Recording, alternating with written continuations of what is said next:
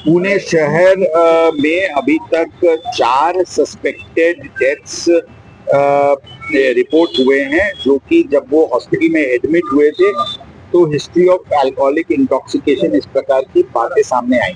इनकी पोस्टमार्टम्स हो गई हैं, विसेरा प्रिजर्व की गई है और विसेरा को हमने RFSL के पास भेजा है। विसेरा की रिपोर्ट आने के बाद एग्जैक्ट इस पे क्लैरिटी आएगी, लेकिन फिर भी जो एक एडजॉइनिंग पुलिस यूनिट पे जो बातें सामने आई थी उसको ध्यान में रखते हुए हमने एक ऑफेंस रजिस्टर करने की प्रक्रिया शुरू की है, जिसमें अटेम्प्ट्स टू जिसमें culpable homicide not amounting to murder, poisoning और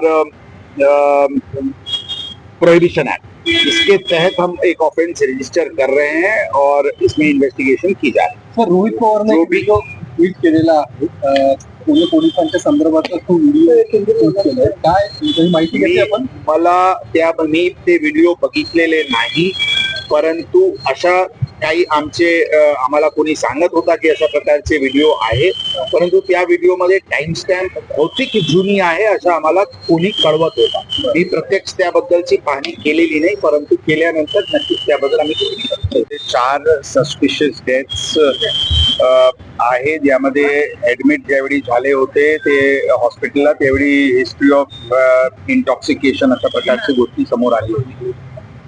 या सर्व विक्टिम्सचे पोस्टमॉर्टम झालेली आहे आणि त्याचे विसेरा पण प्रिझर्व करण्यात आलेले आहे। विसेरा इमिजिएटली FSL ला पाठवण्यात आलेली आहे। आज संध्याकाळी रात्रीपर्यंत विसेराचे रिपोर्ट आल्यावरून स्पष्ट काय कंटेंट त्यामध्ये होता आणि एक्झॅक्टली काय कॉज ऑफ डेथ होता ते समजेल, परंतु जे गोष्टी बाजूचे पोलीस युनिटला तपासामध्ये जी गोष्टी समोर आलेली आहे या अनुषंगाने आम्ही या प्रकरणात culpable homicide not amounting to murder, poisoning आणि इलिसिट लिकर या कलमाखाली एक गुन्हा आम्ही इथे दाखल करत आहे।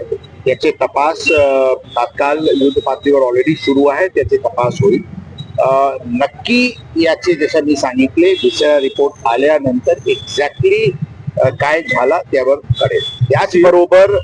त्याचबरोबर पूर्ण परिसराचे जे विक्टिमचे राहणारे ठिकाणचे तसेच जिथे एलेज्ड कन्झम्पशन झालेली आहे त्या ठिकाणाची CCTVचे बारीकरित्याने पडताळणी होत आहे। त्याचे बद्दल पण आज रात्रीपर्यंत त्याचे क्लॅरिटी येईल। क्लॅरिटी त्याचा लिंक होतं हे ऑर्गनाइज क्राईम तुम्हाला दिसतं बरोबर आहे, त्याबद्दल जसं मी सांगितले ते गोष्टी बाजूचे पोलीस युनिट मध्ये ते गोष्टी काल लक्षात आल्यावर त्यांचे तपास पुढे गेलेले आहे। त्याबद्दल मला काही टिप्पणी करणे योग्य किंवा संयुक्तिक नाहीये, परंतु यामध्ये जे कोणी सामील असतील त्याबद्दल 100% युद्ध पातळीवर कारवाई। ऑलरेडी ते जसं मी सांगितले कालपासून जे दुसरा जॉईनिंग पोलीस युनिट त्याच्याबद्दल तपास करत आहे त्यांचे ताब्यात या प्रकरणाचे भौतिक सगळे आरोपी असतात। आरोप करत डिमांड करून पण पोलीस कारवाई करत नाही। सॉरी, लोकल जे आहेत ते पाठवे म्हणत आणि रिलेटिव्ह अॅक्युजिंग पोलीस रेग्युलर बेसिसवरती आले। याबद्दल जर पोलीस चे स्थानिक पोलिसांचे काही दुर्लक्ष असतील तर 100% त्याच्यावर पण कारवाई करण्यात येईल।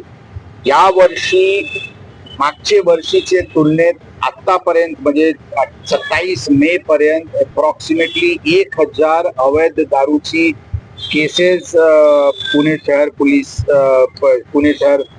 दलांकडून करण्यात आलेली आहे। अंदाजन 1 कोटीचे वरचे मुद्देमाल अशा प्रकारचे दारूचे जप्त करण्यात आलेली आहे। मोठ्या प्रमाणात इलिसिट जे डिस्टिलेशन होते याच्यावर पण कारवाई करण्यात आलेली आहे। आता याचे कुठे डिस्टिलेशन आणि काय सोर्सेस आहे याचे 100% आजपासून परत एक ऑपरेशन वॉशआउट सुरू करण्यात येत आहे आणि अशा प्रकारचे सर्व अवैध जे काही कारोबार असतील त्यांना पूर्णपणे नष्ट करण्यात